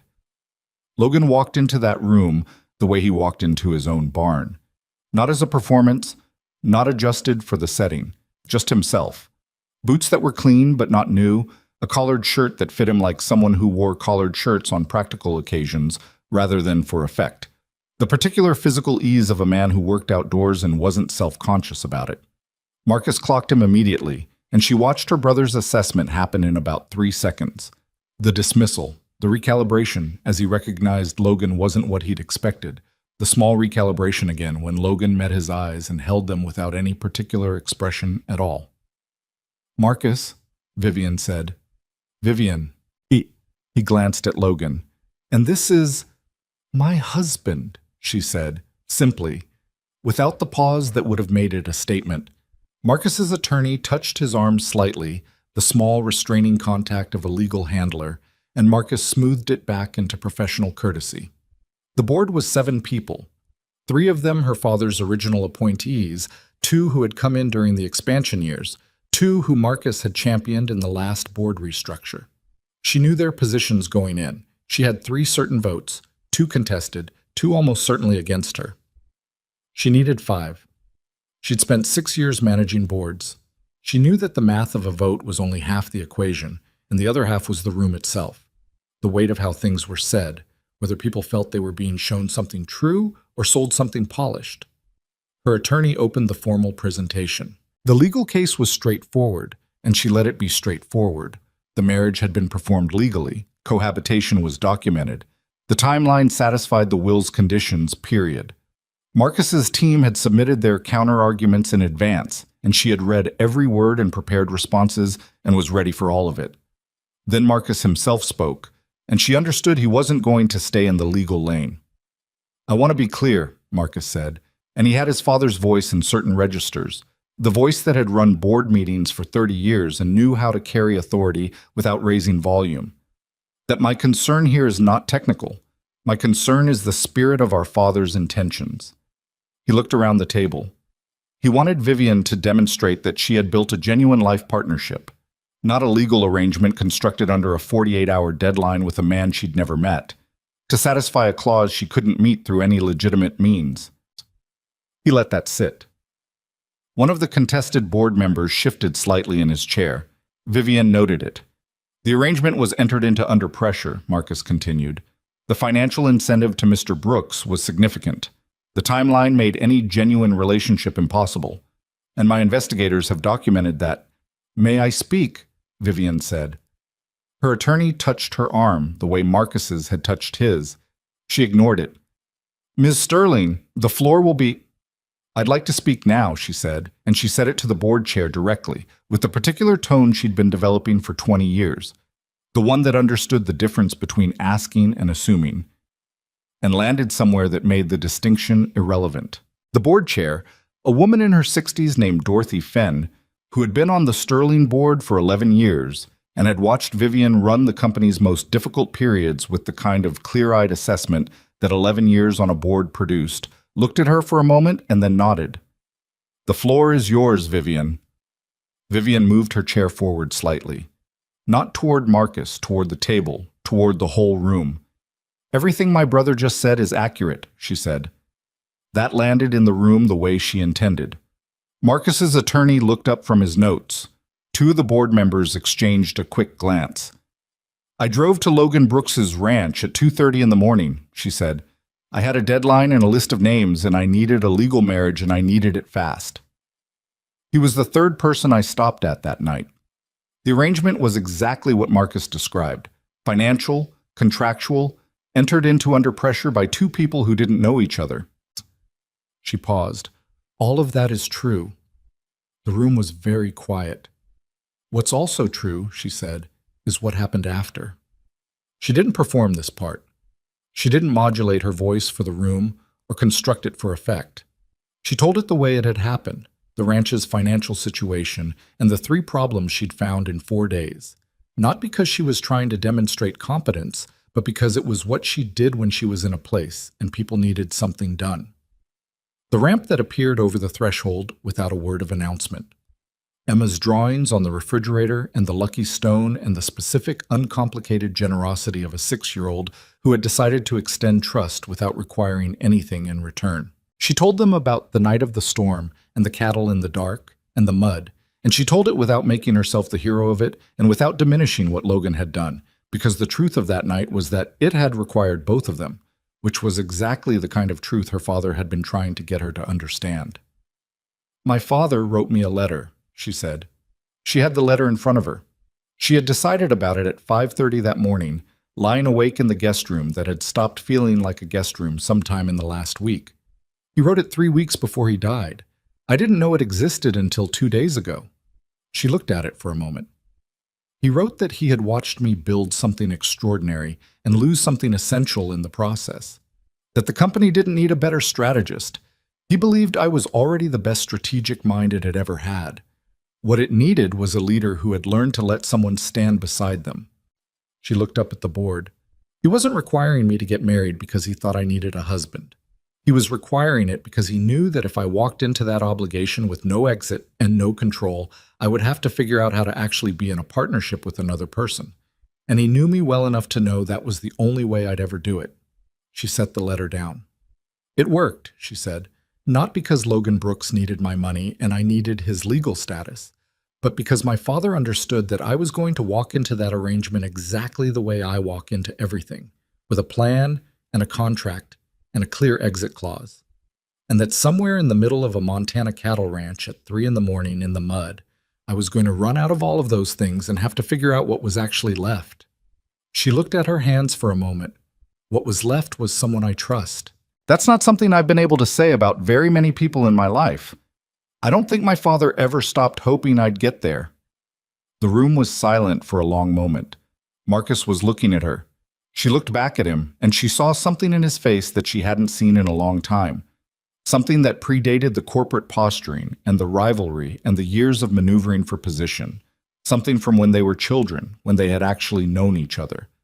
It passed quickly. He looked away. This is a compelling narrative, Marcus's attorney said, because that was the attorney's job. But the board's responsibility is to... The board's responsibility, Dorothy Fenn said with the quiet finality of someone who had been waiting to speak, is to evaluate the intent of Richard Sterling's conditions and determine whether they have been genuinely satisfied. She looked around the table. I think we've heard what we need to hear. I'd like to call for a vote. Marcus looked at his attorney. A small, sharp exchange happened silently between them. She could read it. He was calculating whether to push further, whether there was another move, whether the room could be recovered. She'd watched her father make the same calculation in rooms like this one, and the thing she understood that Marcus had never fully learned was that the room couldn't be recovered once it had decided what was true. Logan, who had been sitting beside her for the entire hearing and had not been asked to speak and had not offered to, reached under the table and put his hand briefly over hers. Not a long gesture, not dramatic. Just a moment, and then he took his hand back and sat the same as before. She didn't look at him. She didn't need to. The vote was 5-2 in her favor. What? Marcus met them in the hallway afterward without his attorney. That told her something. When Marcus sent the attorneys away, he was speaking as her brother, not as an adversary. She'd known him long enough to read that. He looked tired, older than she usually let herself notice, because noticing it complicated her feelings about him, and she had spent years keeping her feelings about her brother in a compartment marked complicated and moving on. The land, he said. We'll stay in the family, she said. I meant what I said in there. He said it without heat. I think he built something that deserves more than... I know what you think, Marcus. She looked at him. I also know what you did to the fences. And the water troughs. Something moved across his face. Not quite shame. Something adjacent to it. That was... He stopped. Started again. The investigators operated outside of what I instructed. Then instruct them better. He looked at Logan, who was standing slightly back, not inserting himself, not retreating, just present. You're actually going to keep this going, Marcus said. He wasn't asking. I'm going to keep what's real, Vivian said. Marcus was quiet for a moment. He straightened his jacket, the same gesture their father had used at the end of difficult meetings. A small, habitual reset. Dad was right about you, he said, finally. And it was not entirely a compliment and not entirely an insult. It was the truth. He was usually right about most things. He walked away down the corridor, and she watched him go with the complicated mixture of feelings she always had about her brother, which included anger and old grief, and something that was probably still love in the complicated way that family love was capable of surviving damage. Are you all right? Logan asked from beside her. She thought about the question seriously, the way she'd learned to think about his questions, because he asked them when he meant them. Ask me in the car, she said. They walked to the elevator, and she pressed the button, and Logan's reflection appeared in the polished doors beside hers. Broad-shouldered, steady, slightly out of place in the corporate corridor in the way that made him exactly what he was, which was a man who belonged to a particular piece of land and knew it and wasn't embarrassed by it. She thought about her father, about the letter, about the specific, difficult, entirely characteristic thing he had done, engineering a situation and then trusting her to find her way through it. She was still angry at him for it, in the way she suspected she would be angry at him for it for a long time. The way you're angry at someone for being right about something you didn't want them to be right about. She was also grateful. That was the part she hadn't expected. The elevator came. They rode down in silence, 14 floors, and when the doors opened onto the lobby and the ordinary noise of people moving through a Thursday afternoon in a city, she said the thing she'd been holding since the boardroom. I used to think the worst thing about the chair, she said, was the things it took away. She looked at the lobby. But sometimes I think the worst thing is that it made it easier to stay inside myself. When the world keeps adjusting itself around you, you stop having to adjust. She paused. Logan? Yeah. I'm glad you answered the door. He pushed the lobby door open, held it the way he held things, without making a statement of it. And the afternoon light came in, and the city moved around them. I wasn't going to, he said. First knock, I almost didn't. She looked at him. Too late, he said. Storm already brought you to the door. He moved through onto the sidewalk. Let's go home. Home. She moved through this door after him, and the words sat in the space between them, and neither of them picked it up to examine it, and that was fine. It was already true. The examination could happen later. They drove back to the ranch in the kind of quiet that wasn't uncomfortable anymore. That was one of the things that had changed without either of them announcing it, the quality of the silence between them. In those first weeks, the quiet had been something to manage, something both of them navigated carefully, filling it when it got too heavy with practical conversation about ranch logistics or company business, or Emma's latest strong opinions about the moral character of the barn cats. Now the silence just sat between them in the truck cab like something that belonged there, warm and unremarkable. The kind of silence that two people can only build over time, and small accumulated moments, and the specific trust that comes from having seen each other at their worst in mud and rain and exhaustion and stayed anyway. Vivian watched Montana come back through the window. The city falling behind and the land opening up the way it did out here, enormous and unhurried, the afternoon light going long across the hills. She had her father's letter in her bag. She decided at the last moment to take it from the table rather than leave it in the file, which was a decision she didn't examine too carefully because she knew what it meant. What are you thinking about? Logan said. Not quite a question, more like an opening. My father.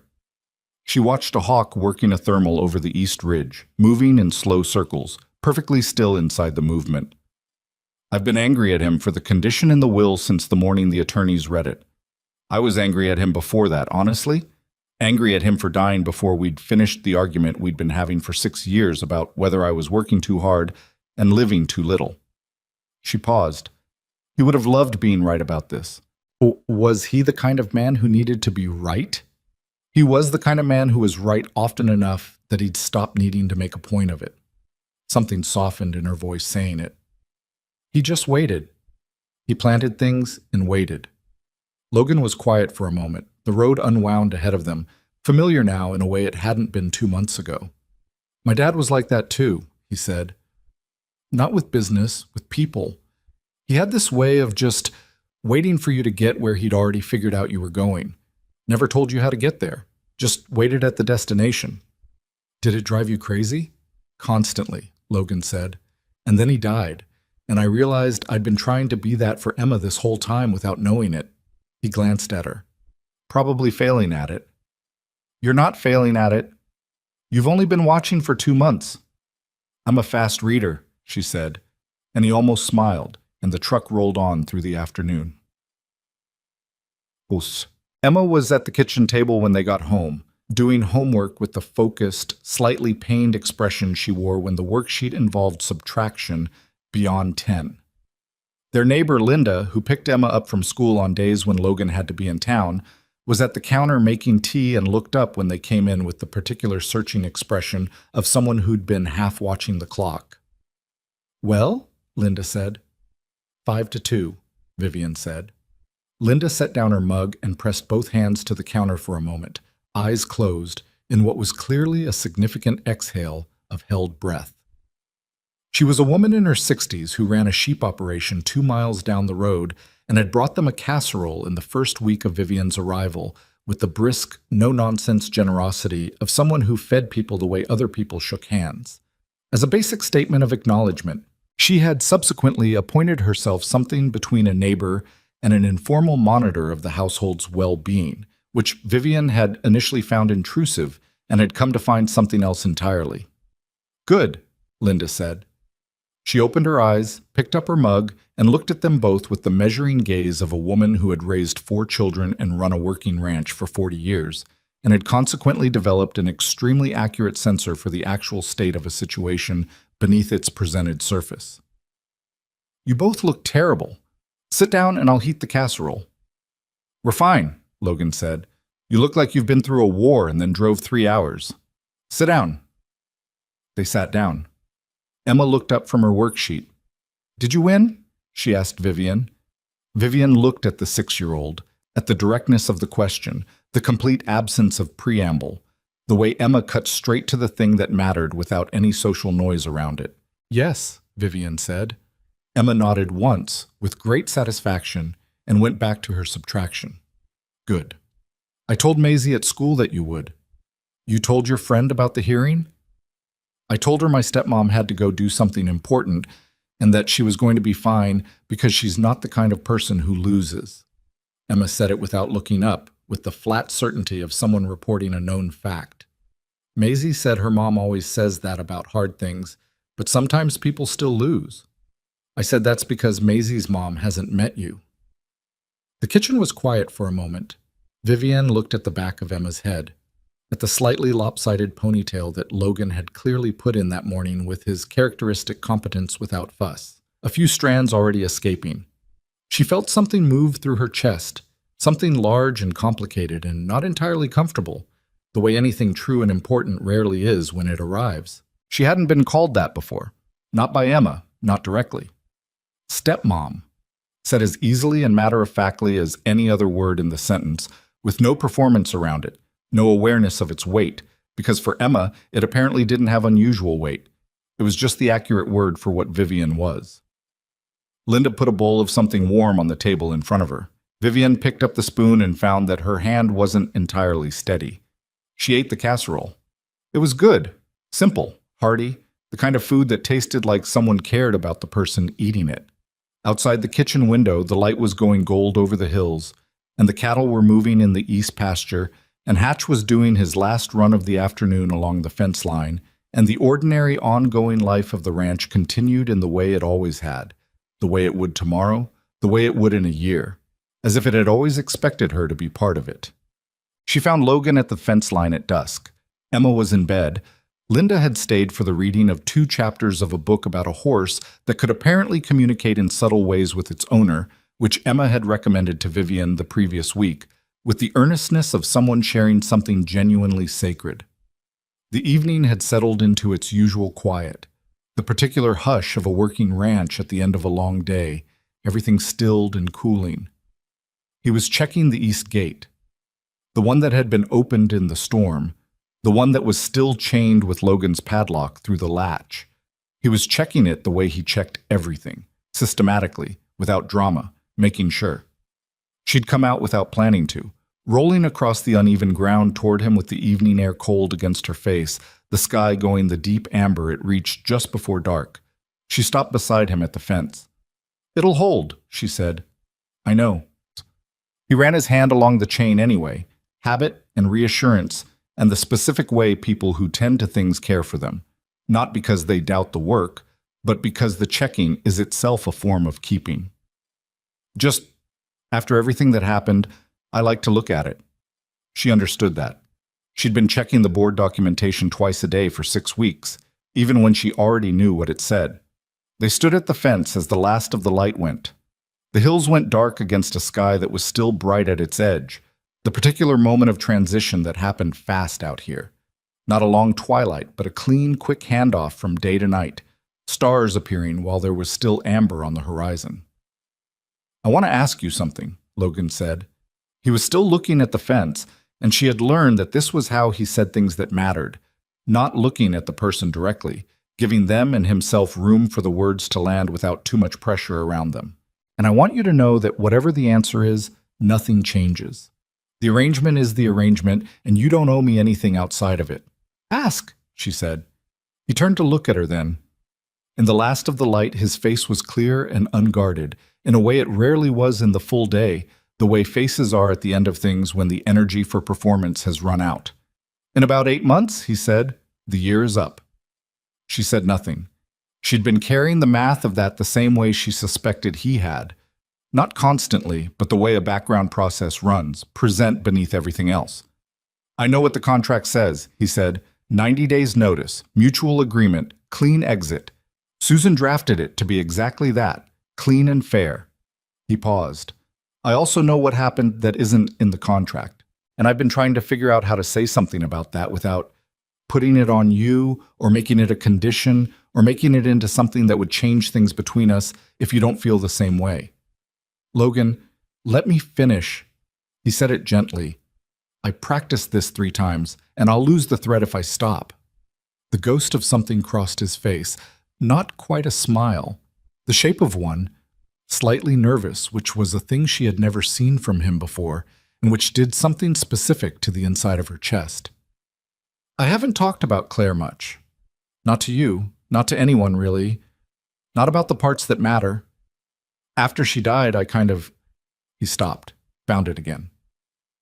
I went about a year where I didn't feel much of anything. Not grief exactly, not after the first part. Just flat, like something had been turned down to almost nothing, and I didn't know if it would come back. He looked at the fence. Emma asking me why we never laughed anymore. That was the first thing that actually broke through. And after that, I started coming back slowly, feeling things again, but not this specific thing. He turned to look at her again. I didn't think I'd feel this again. I wasn't trying to. And then there was a storm and somebody drove a car into my ditch. And now I can't imagine the east fence without thinking about you talking me toward those 3 cattle through a CB radio. And I can't imagine breakfast without... He stopped himself, reconsidered, said it differently, more simply. I don't want to imagine the next version of this place without you in it. The last light was going.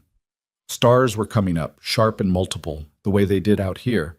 More stars than anywhere she'd ever lived, more than she'd known existed until she'd started sitting on this porch in the evenings. She had a version of this prepared. She'd prepared it the way she prepared most things, not because she'd expected it, but because she was constitutionally incapable of walking into any situation without having thought through the possible conversations. She had a measured response ready. Honest, careful, acknowledging both what was real and what was complicated and what would need time and what she wasn't yet sure of. She set it aside. I'm not going anywhere, she said.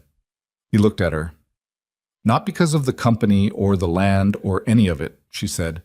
I've been sitting on your porch watching your stars for 6 weeks, and last Tuesday Emma told me that when she grows up, she wants to be able to do what I do, but also ride horses. And Linda brought me casserole when I was drowning in board documents and didn't say anything about it, just put it in front of me. And somewhere in all of that, this stopped being a place I was staying and became a place I was living. She stopped. I don't know how to do this well. I want to tell you that up front because you should know what you're getting. I spent 20 years being good at work and average at everything else, and the everything else part is going to need work. Probably a lot of it. I'm not going to be easy. You think I expected easy? I think you deserve someone who... Vivian. He said her name the way he'd been saying it for 2 months now, still with the slight care of something he valued, but easier now, worn in. I spent 4 years running this place alone and being pretty bad at anything that wasn't the ranch. I burned the French toast every time until a 6-year-old with strong opinions finally convinced me to ask someone who knew how to watch the heat. He looked at her steadily. I'm not looking for easy. I'm looking for real. She looked at him for a long moment, this man with calloused hands and unlaced boots who had answered a door at 2:30 in the morning without knowing what was coming through it, who had built a wooden ramp over a threshold without saying a word about it, who had crouched in the mud beside her on a dark road and talked to her like she was exactly who she was and nothing else. Real I can do, she said. He reached out and took her hand. Not the brief contact of the boardroom, not the steadying grip of the storm. Just her hand in his, easy and deliberate, out here at the fence in the full dark with the stars coming up everywhere. They stood there for a while without saying anything, and it was not a dramatic moment in the way that films imagine dramatic moments to be, with music and perfected lighting and declarations that resolved everything cleanly. It was cold, and the ground was uneven, and somewhere in the barn one of the cattle knocked against a stall door, and the chain on the gate made a small metal sound in the wind. It was exactly right. 2 months after the board hearing, Vivian's attorney called with the paperwork. She was at the living room table. The folding table from the barn was still there, had migrated into being a permanent fixture, had gradually acquired a second laptop charger and a stack of books that were a mixture of hers and Logan's, and one of Emma's that had apparently wandered in and decided to stay. She took the call with Logan in the kitchen making breakfast, Emma at the table beside her explaining the ongoing situation with a caterpillar she'd found in the garden and was monitoring with scientific rigor.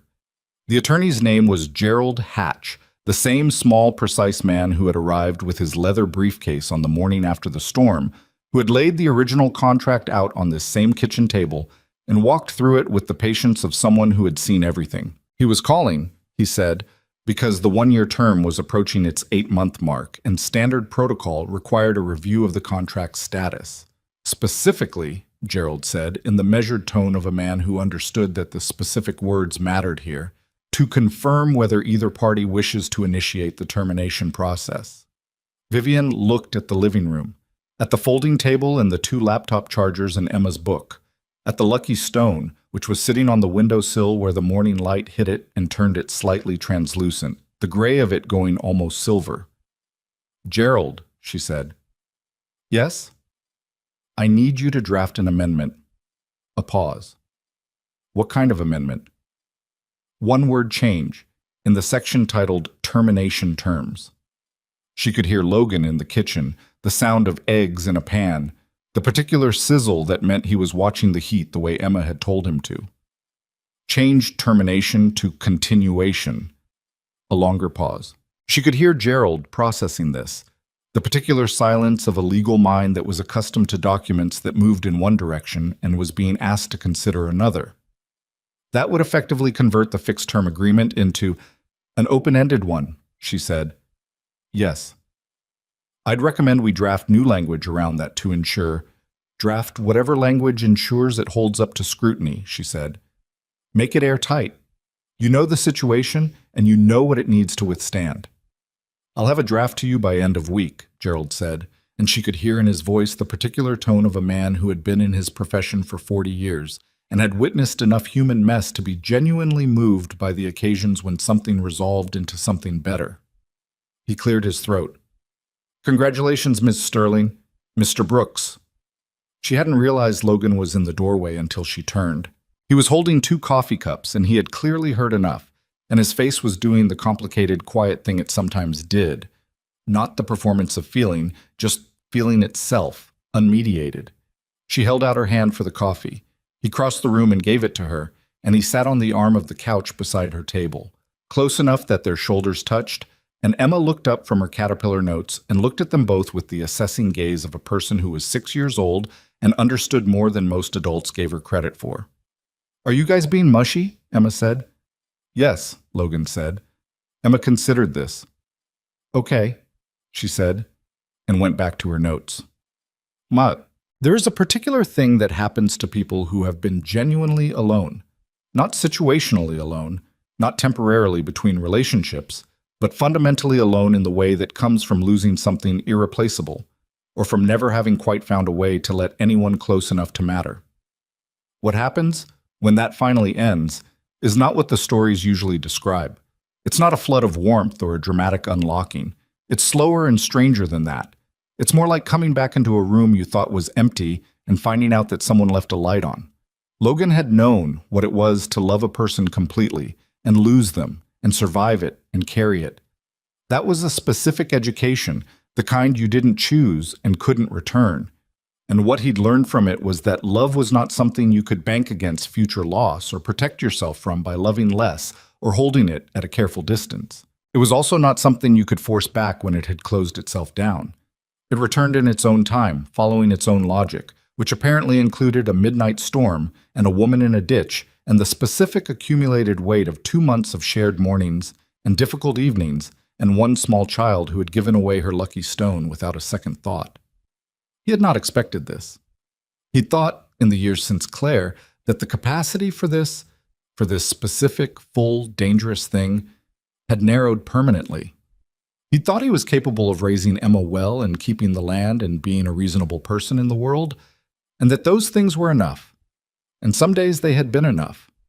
He hadn't understood until Vivian arrived what it cost him to live at that particular altitude, capable and functional and alone, and what it felt like to come down from it. What it felt like was terrifying and right, which he was learning was often how the important things felt.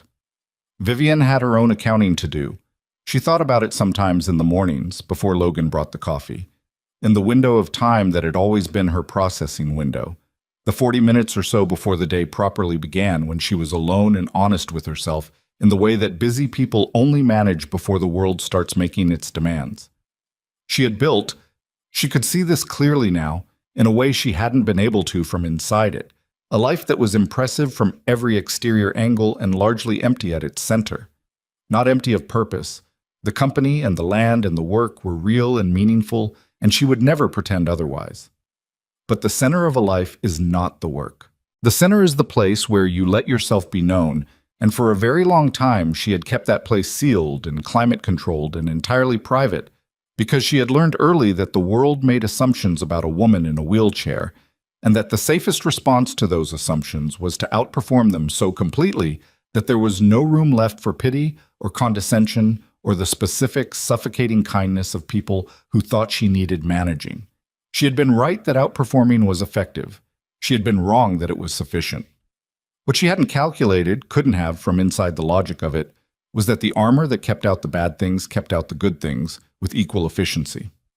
That being unreachable and being protected were functionally the same condition. That Emma giving her a lucky stone had broken through something that 6 years of boardroom victories hadn't touched.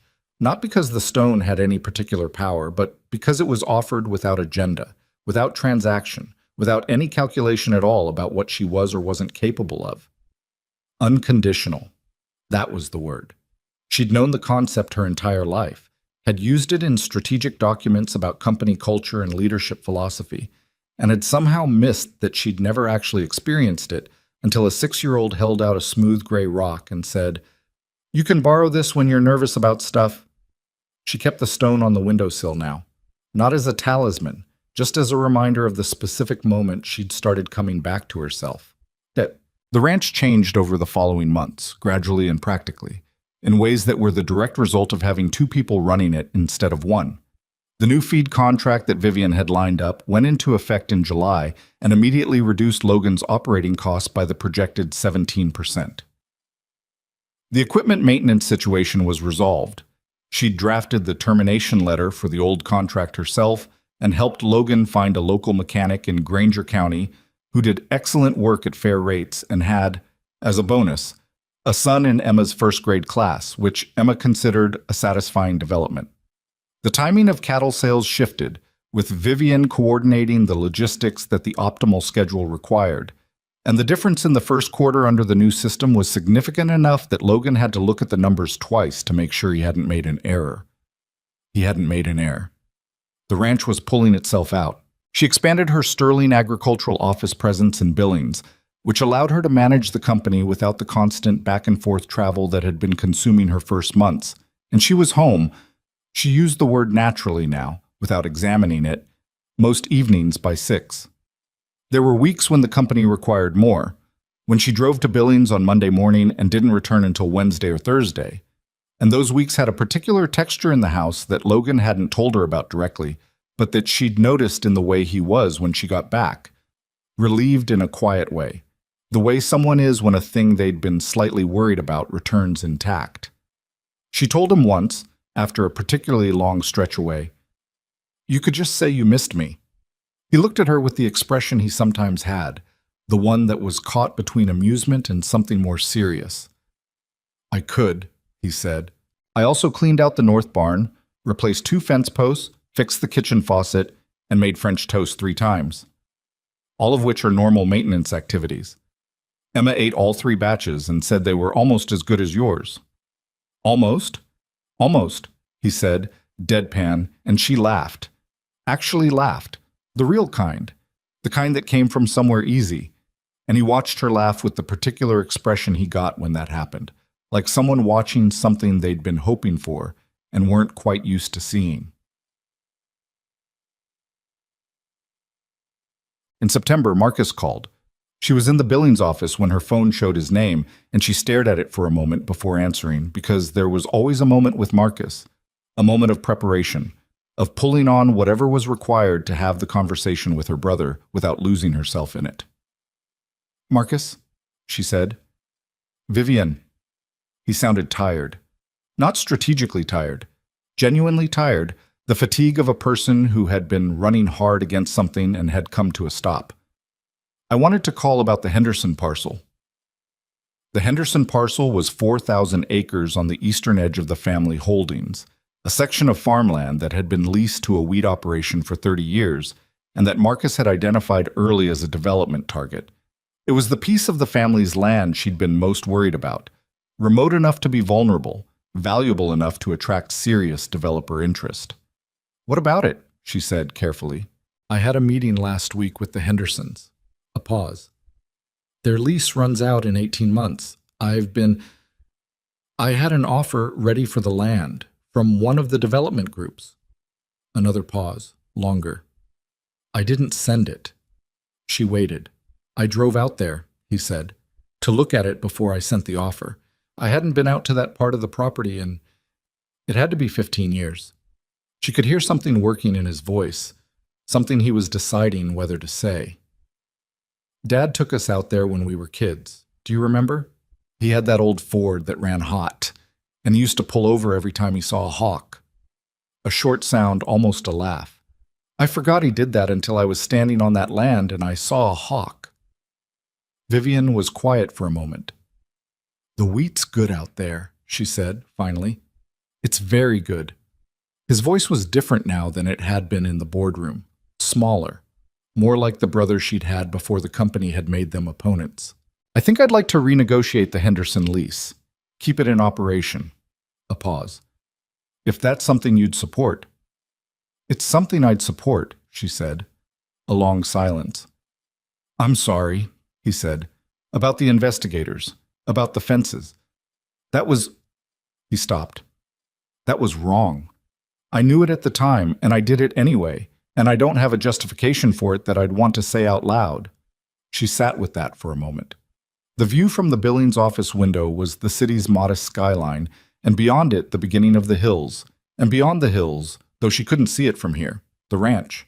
"I know why you did it," she said. "It doesn't make it right, but I know what you thought you were protecting." "I thought I was protecting myself," he said. "I told myself it was about the company, but it was mostly about me not wanting to be wrong, about not wanting Dad to have seen something in you that he didn't see in me." His voice was flat and honest in the way that was very rare for Marcus. "He was harder on you. Everyone said he was easier on me, but they had it backwards. He pushed you because he thought you could handle it. I think I've known that for 20 years and couldn't stand it." This was more truth than Marcus had given her in 30 years of being her brother. She didn't know entirely what to do with it. "Come to the ranch," she said, "in October. I'll show you what we've been doing with the new feed contracts. You can have an opinion about it." A pause. "Will your husband be there?" "He lives there, Marcus." "Right." Something in his voice said something tentative, which was new. "Is he? He's decent," she said. "He's the most genuinely decent person I've ever met, which is something I did not expect to be saying about the man I married for contractual reasons at 2:30 in the morning." She paused. "Come in October. Emma will want to show you the caterpillar situation." "What's the caterpillar situation?" "It's complicated. She'll explain it." Marcus laughed, a real laugh, short and surprised. "Okay," he said. October. Back out. The evening that Emma asked her to keep the stone permanently was a Saturday in late October, 3 weeks after Marcus's visit, which had gone imperfectly and honestly, and ended with him sitting at the kitchen table for 4 hours, listening to Emma explain the caterpillar situation in its full complexity, and then the development of the chrysalis, and then the eventual emergence, which Emma had documented with a series of drawings that she produced as supporting evidence. They were on the back porch in the last warmth of the season, Emma beside her chair with her knees pulled up, both of them watching the hills go orange and deep red in the autumn light. Logan was inside doing something. She could hear him through the window. Emma had the lucky stone in her hand, turning it over. I want you to keep it, Emma said. Emma, that's your... I know it's mine. Emma looked at the stone with the seriousness she brought to important decisions. But I want it to be yours now, because you live here. She looked up. And you should have something that's yours that you didn't bring with you. Something from here. Vivian looked at the stone in Emma's small hand, thought about all the things she had brought with her. The laptop, the files, the carefully maintained competence, the years of built walls, and the things she had found here that she hadn't brought, couldn't have brought, because she hadn't known they existed. Okay, she said. Emma placed the stone in her palm with the ceremony of someone conducting a formal transfer of something important. Then she leaned against Vivian's arm in the uncalculated way she had sometimes, casually, as if that was simply where she fit. Logan came out through the back door with 2 cups of coffee and looked at them both. At Emma leaning against Vivian's arm in the evening light, at whatever was on Vivian's face, and he sat down on the porch step beside her chair without saying anything, and handed her the coffee, and the 3 of them watched the light change on the hills in the particular companionable silence of people who are at home with each other. There was nothing dramatic about it. There was nothing resolved or perfected or finally arrived at. The ranch still had difficult years ahead. Ranches always did. Vivian would have bored seasons that would consume her completely and leave her exhausted and short-tempered in the way that real work did. Logan would have mornings when grief arrived with no warning, the way it still did and probably would for a long time yet. The splinter you grew around but never entirely lost. Emma would have the complicated growing up ahead of her, the ordinary difficulties of a child finding her place in a world that was not always generous. None of them were finished. None of them were fixed. None of them were anything other than what they were, imperfect and ongoing and trying. But the light was going over the hills and the coffee was warm and the stone was in her hand, and the man beside her was looking at her with the expression she had no adequate word for except right. There is something that people misunderstand about second chances. They imagine them as redemptions, a clean break between the before and the after, a problem solved, a damage repaired. But that's not how they work, in the actual living of them. A second chance is not a door that opens onto something repaired. It's more like a path that diverges, quietly, and you only understand later that you took it, looking back at the place where you were standing when a storm pushed someone to your door, or when you answered that door and thinking, there. That was the turn. The turn is never the moment you think it will be. It's not the dramatic choice, or the formal declaration, or the paperwork. It's the ramp over the threshold. It's the stone in a small hand offered without condition. It's 2 people sitting at a kitchen table at 3 in the morning, both of them too tired to be anything except honest, finding out that honest was enough. Logan Brooks had spent 4 years proving to himself that he could carry everything alone. He'd been right. He could. The ranch was still standing because he'd kept it standing by sheer daily effort and stubbornness and love for the land his family had worked for 3 generations. He didn't need saving. He needed, as it turned out, something simpler and more complicated than that. He needed to stop carrying everything alone, not because he couldn't, but because he didn't have to. Vivian Sterling had spent a decade proving that she was exceptional.